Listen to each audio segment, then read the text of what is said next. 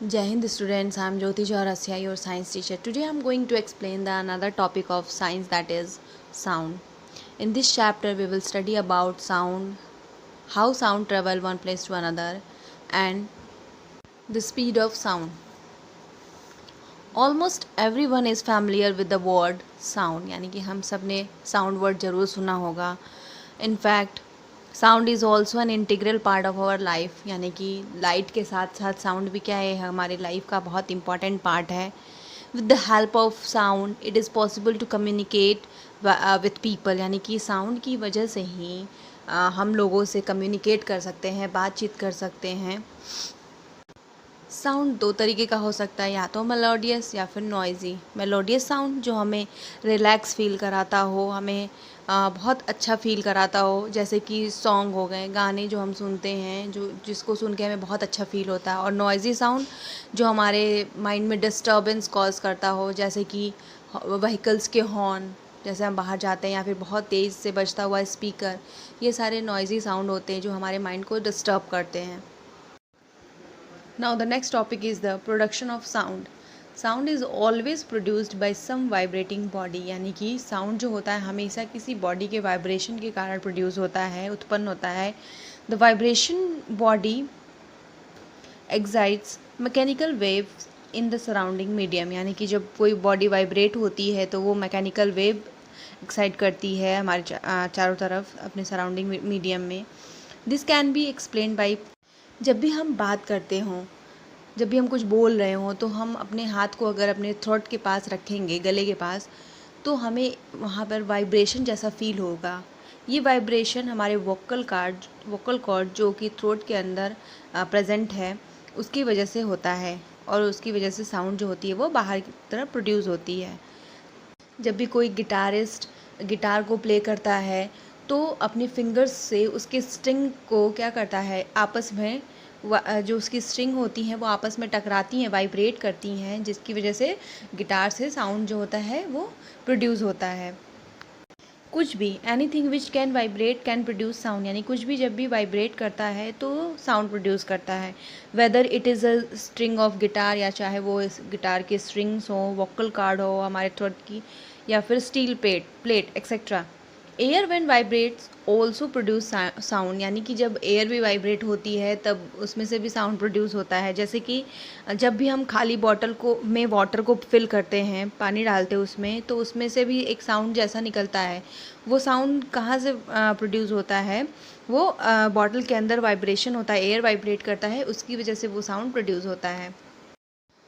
Next topic is the how does sound pass from one place to another, यानी कि sound कैसे एक जगह से दूसरी जगह तक ट्रैवल करता है. यानी कि जब भी आपकी मम्मी कभी दूर से आपको आवाज़ लगा दी हो, तो आपको उनकी आवाज़ कैसे सुनाई देती है. उनकी जो आवाज़ होती है वो ट्रैवल करके आपके पास तक आती है, एक जगह से दूसरी जगह तक, तब आपको उनकी आवाज़ सुनाई देती है और आप उनकी आवाज़ को सुनकर जाते हैं. तो साउंड कैसे ट्रैवल करता है. Sound can not move in vacuum, sound need a medium to travel, यानी कि साउंड को भी एक मीडियम की ज़रूरत होती है, चाहे वो गैसियस मीडियम हो, लिक्विड मीडियम हो, या सॉलिड मीडियम हो. साउंड को एक मीडियम की ज़रूरत होती है जिसके थ्रू वह एक जगह से दूसरी जगह तक ट्रैवल करता है. हमारे चारों तरफ एयर मॉलिक्यूल्स प्रेजेंट होते हैं, यानी कि जब भी हम किसी को आवाज़ दे रहे हों तो हमारे हमारे मुंह से आवाज़ निकलती, साउंड निकलती है, जो कि साउंड क्या होती है, is a form of energy, यानी कि वो एनर्जी होती है. वो एनर्जी जो होती है वो एयर को हम एनर्जी प्रोवाइड करते हैं, और एयर मॉलिक्यूल्स जो होते हैं वो एनर्जी लेते हैं और आगे की तरफ मूव करना स्टार्ट कर देते हैं, जिनकी वजह से वह धीरे धीरे ऐसे ही मूव करते करते एक वेव जैसा फॉर्म करते हैं, जिसे हम कंप्रेशन और रेरिफेक्शन कहते हैं. कंप्रेशन मीन्स जब हम बोलते हैं और हमारे माउथ से एनर्जी निकलती है, साउंड निकलता है जो कि फॉर्म ऑफ एनर्जी होता है, और एयर से टकराता है, तो उसे हम कंप्रेशन कहते हैं. एयर जो होता है आगे के एयर को पुश करता है आगे की तरफ, तो उसे हम रेरिफेक्शन कहते हैं. तो इस प्रोसेस के थ्रू जो साउंड होता है एक जगह से दूसरी जगह ट्रैवल करता है. ये तो बात हो गई एयर की. क्या साउंड सॉलिड और लिक्विड मीडियम में भी ट्रैवल करता है? तो इसका एग्जांपल ये है कि जब आप कभी क्लास में बैठे होते हैं और अपने बेंच पे सर रख कर और अपने फ्रेंड से कहते हैं उस पे टैप करने के लिए, बेंच पे पीटने के लिए अपने हाथ से, तो आपको एक आवाज़ सुनाई देता है, जिससे कि ये प्रूफ होता है कि साउंड जो होती है वो सॉलिड मीडियम में भी ट्रैवल करती है। और लिक्विड मीडियम में अगर हम एक बकेट लेते हैं, उसमें पानी भर लेते हैं और एक बेल लेते हैं यानी घंटी लेते हैं और बकेट के अंदर हाथ डालकर उस घंटी को बजाते हैं, तो क्या आपको साउंड सुनाई देगा? हाँ, ज़रूर सुनाई देगा। तो इससे ये प्रूव होता है कि साउंड लिक्विड मीडियम में भी ट्रैवल करता है। When stone being dropped in water, आप सभी ने कभी न कभी किसी पॉन्ड या लेक में जाकर पत्थर फेंका ही होगा उसमें। तो क्या आपने नोटिस किया है कि जब भी हम किसी रेस्ट वाटर पर यानी कि पानी ठहरा हुआ हो और उसमें हम कंकड़ फेंकते हैं, तो उसमें क्या होता है, वेव्स क्रिएट होती हैं which keep on spreading in all direction. जो वेव्स होती है वो चारों तरफ की डायरेक्शन में धीरे धीरे फैलने लगती हैं। इसी तरह साउंड वेव्स भी सारे डायरेक्शन में ट्रैवल करते हैं। Next topic is the speed of sound. The speed of sound wave depends upon the medium through which it travels, यानी कि जो साउंड की स्पीड होती है वो उसके मीडियम पे डिपेंड करता है कि वो किस मीडियम से ट्रैवल करके आ रहा है, कि सॉलिड से आ रहा है या लिक्विड से आ रहा है या गैस मीडियम से।